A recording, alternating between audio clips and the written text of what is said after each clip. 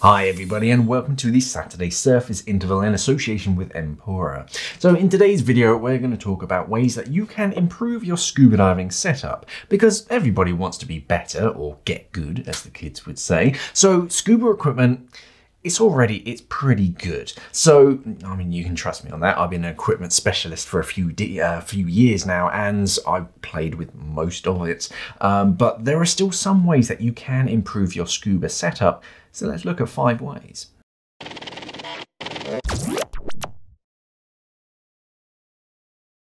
The cheapest thing that you can do to improve your gear is to just look after the gear that you already own properly. Get your gear serviced at a proper interval, not just when you feel like it, because if you leave it too long, then parts are going to start to stiffen and the lubricants inside can degrade, so the performance is just going to degrade over time. That's why they need to be serviced every so often. By washing and clearing the gear, or cleaning the gear even on the inside and the outside thoroughly after a dive, you're going to help prevent stuff from building up that can damage your gear over time. Salt is the worst. It can work its way into the small little corners and crevices of your gear, and then it crystallizes when it's dried out. Bacteria as well, they love just damp environments. So after you've cleaned your gear properly, you need to dry it thoroughly as well, and then store it in a safe place. Somewhere not too hot, not too cold, out of direct sunlight and out of the reach of critters. Rodents and thieves quite like scuba equipment for different reasons. So to prevent it from being chewed up for bedding or stolen for quick cash, keep your stuff well hidden and well out of reach as well.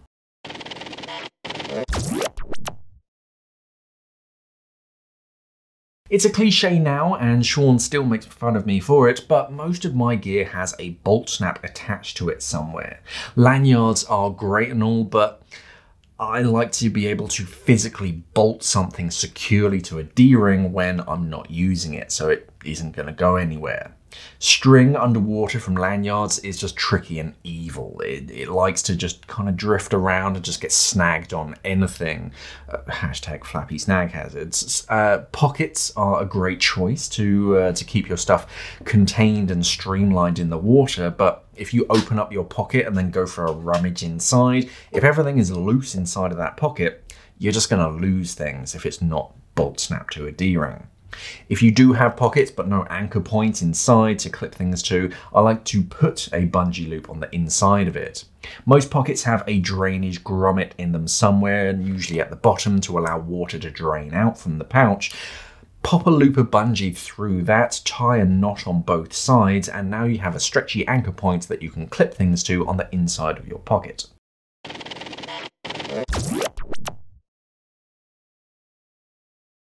I know it sounds oddly self-serving from someone that sells scuba equipment, but there are some things that are worth buying twice. Masks and hoods most notably. A backup mask is a very useful thing in the water, not just for you, but for other divers as well. If you or your buddy's dive mask fails during a dive, it sucks for both of you. Even if you can open up your eyes under the water, you can't see that well anyway, and it's going to take another diver to help you back up to the surface. So a backup mask will make a world of difference on a dive if someone knocks your mask off or the strap breaks or something. A second hood if you're diving in cold water is a great thing to have as well. Even if you turn it inside out between dives, it's not going to be completely dry. It takes a good 24 hours for that lining to dry completely. That's another great tip for wetsuit diving though. If you turn it inside out between dives, it's going to dry the inside first. That's the bit that's actually touching your skin, so there's no point in hanging it up the right way round.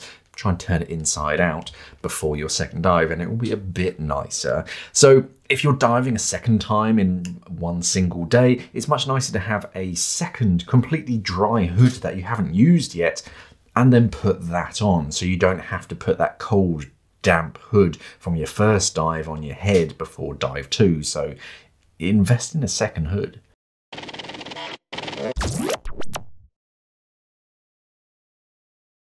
If you've ever used standard rubber fin straps, you know the ones with the ratchet straps, you'll know just how far away your feet are because you have to reach down to try and do them up on both sides, and just how much of a pain it is that you need to adjust them before, after, and sometimes even during the dive as well. Double ratchet rubber fin straps, they've had their times, let's face it. They're nice and cheap, they do the job, but a lot of new fins come with spring or bungee straps today anyway. You don't actually see too many new fins with old style rubber straps. They tend to just come with spring straps now anyway. But you can always upgrade your old fin straps to springs after you've bought them. The elastic design makes them super quick and easy to put on and take off, and you can do it all one-handed from just leaning against something. But one of the best things is that they automatically tighten themselves as your boot compresses at depth, so your fin straps don't need tightening at depth. I prefer metal spring straps personally to rubber bungees. They're both pretty tough, but a metal coil is much harder to cut through accidentally or wear than a rubber bungee, so I often opt for springs if I can.